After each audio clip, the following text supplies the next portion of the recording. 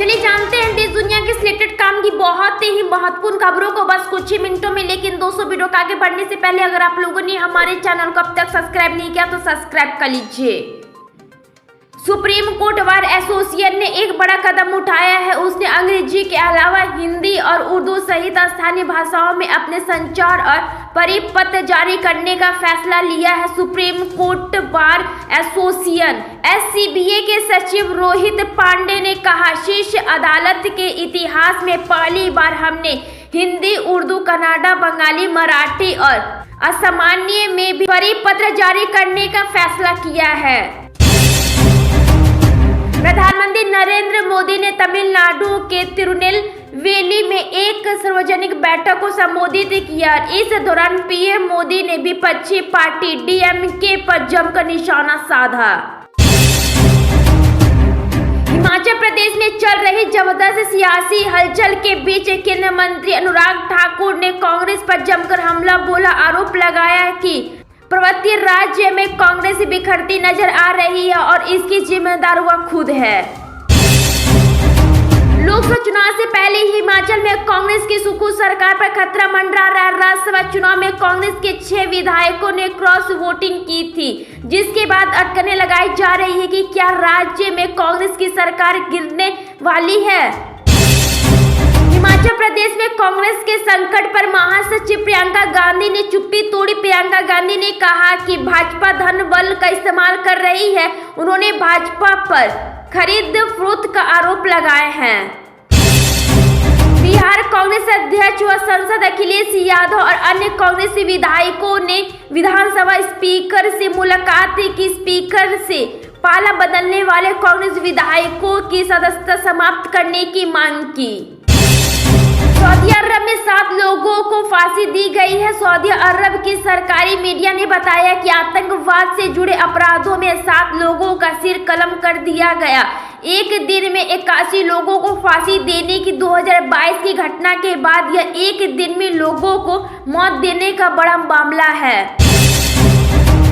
लोकसभा चुनाव के लिए बीजेपी उम्मीदवारों की पहली सूची 1-2 दिन में जारी हो सकती है। इसमें देश भर के 60 से 125 उम्मीदवारों के नाम हो सकते हैं।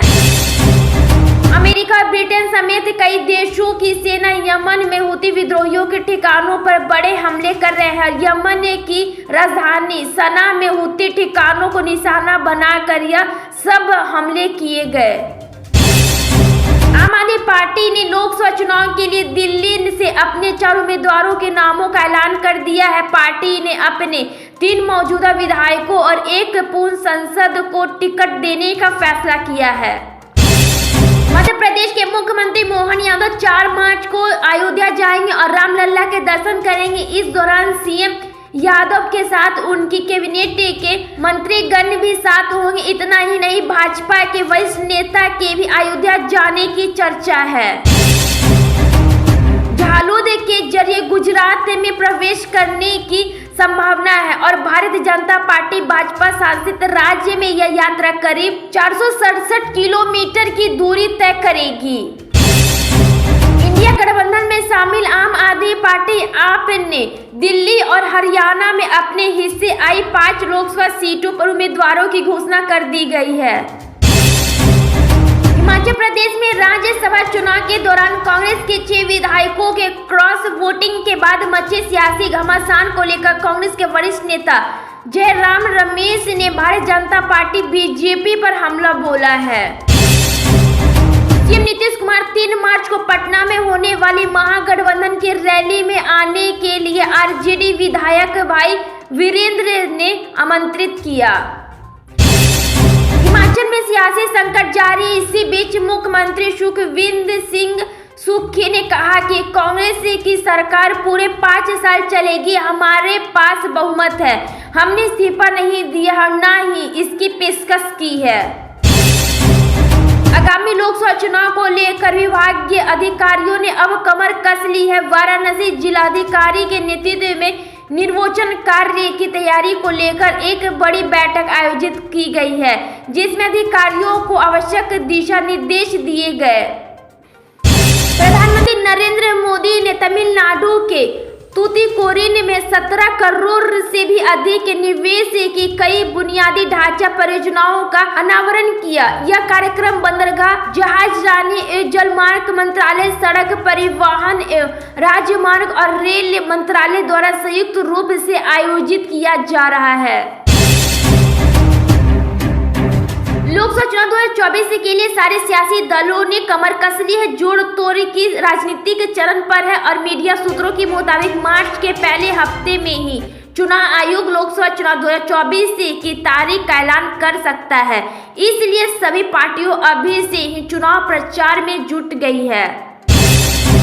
2 महीने बाद होने वाले लोकसभा चुनाव के लिए बीजेपी कुछ नए हथकंडों के नए चेहरे भी लाने वाले हैं, जिसकी शुरुआत भी नजर आ रही है।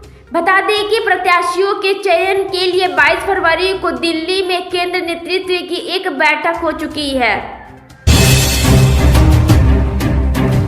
दिल्ली विधानसभा में मंत्री आतिशी ने सोलर पॉलिसी रोकने का खुलासा करते हुए राज्यपाल पर भाजपा नेता की तरह कार्य करने का आरोप लगाया।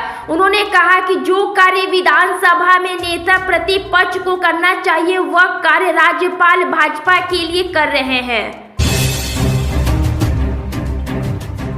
प्रधानमंत्री नरेंद्र मोदी अगले महीने कश्मीरी घाटी का दौरा करने वाले हैं। जम्मू कश्मीर से अनुच्छेद 370 हटाने के बाद यह पीएम मोदी का घाटी का ये पहला दौरा होगा। प्रधानमंत्री नरेंद्र मोदी की सरकार ने 2019 में जम्मू कश्मीर से अनुच्छेद 370 के तहत मिले विशेष दर्जा को समाप्त कर दिया था और राज्य को 2 केंद्र शासित प्रदेश में विभाजित कर दिया था। मुख्यमंत्री चंपाई सोरेन बीते मंगलवार को झामुमो की संकल्प सभा में शामिल हुए। इस दौरान सीएम चंपाई ने भाजपा पर जमकर हमला बोला। उन्होंने कहा कि भाजपा के नेता वोट मांगने जाएंगे, लेकिन हमें इन बहुरूपियों की पहचान करनी होगी और लोकसभा की 14 सीटों पर जीत दिलाकर हेमंत सोरेन के संकल्प को पूरा करना है। असम के मुख्यमंत्री हेमंत बिस्वा शर्मा ने बड़ा दावा किया है। उन्होंने कहा है कि राज्य में 2026 विधानसभा चुनाव आने तक कांग्रेस में केवल मुस्लिम विधायक ही बचेंगे।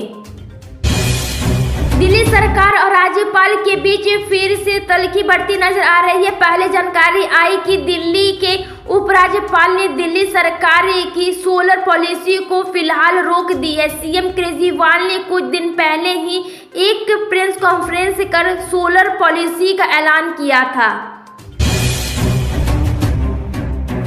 महाराष्ट्र में मराठा समुदाय अन्य पिछड़ा वर्ग श्रेणी के तहत आरक्षण की मांग को लेकर पिछले कुछ दिनों से सक्रिय रूप से विरोध प्रदर्शन कर रहा है। आज आंदोलन का चेहरा बने मनोज जरागे ने एक महत्वपूर्ण घोषणा की। छत्तीसगढ़ के मुख्यमंत्री विष्णुदेव राय की सुरक्षा में बड़ी चूक का मामला सामने आया है। सीएम शाही की सुरक्षा में यह चूक अस्थायी मुख्यमंत्री निवास में हुई है। शरद गुट के विधायक ने एमएसपी और मनोज जागरे आंदोलन के एसआईटी जांच पर बड़ा बयान दिया है कि एनसीपी विधायक सुनील भूषारा का कहना है कि राज्य सरकार ने कपास, धान और सोयाबीन पर एमएसपी नहीं दिया है और किसान राज्य में विरोध प्रदर्शन कर रहे हैं। राज्यसभा का चुनाव बीत चुका है और अब लोकसभा चुनाव के लिए पूरे देश में माहौल बनने लगा है। पश्चिम बंगाल की मुख्यमंत्री ममता बनर्जी भी जिलों के दौरे में जुट गई है और चुनाव प्रचार में ताकत झोंक रही है। केंद्रीय जांच एजेंसी सीबीआई ने समाजवादी पार्टी के प्रमुख अखिलेश यादव को सम्मान भेजा है। सपा प्रमुख को सम्मान अवैध खाना मामले में भेजा गया है। बतौर गवाह अखिलेश को पेश होने के लिए कहा गया है। देश के सभी राज्यों और केंद्र शासित प्रदेशों में सोलर रूफ टॉप योजना शुरू हो चुकी है।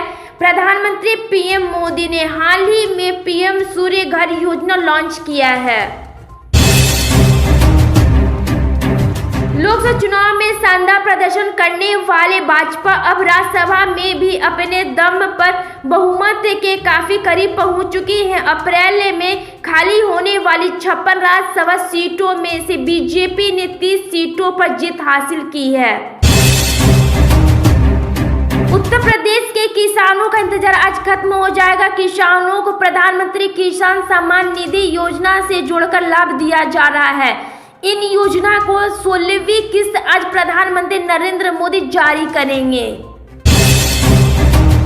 लोकसभा 2024 चुनाव की आधिकारिक घोषणा से पहले ही सभी राजनीतिक पार्टियां चुनावी मोड़ में आ चुकी है। इस दौरान खुद को बेहतर दिखाने के साथ विपक्षी दलों को कमजोर साबित करने की कोशिश में लगी हुई है। महाराष्ट्र सरकार के मंत्री ने उद्धव ठाकरे की शिवसेना पर तीखा हमला बोला है। मंत्री ने उद्धव ठाकरे को चुनौती दी है कि वे आगामी लोकसभा चुनाव में एक भी सीट जीतकर दिखाए। महाराष्ट्र सरकार ने मंत्री गिरीश महाजन ने यह भी कहा है कि शेर की खाल पहन लेने से बिल्ली शेर नहीं बन जाती। उत्तर प्रदेश के मुख्यमंत्री योगी आदित्यनाथ ने बुधवार को ही प्राकृतिक आपदा के पीड़ित परिवारों के लिए बड़ा निर्देश दिया है। मुख्यमंत्री ने प्रत्येक पीड़ित परिवारों को 4 लाख रुपए की वित्तीय सहायता देने का निर्देश दिया है।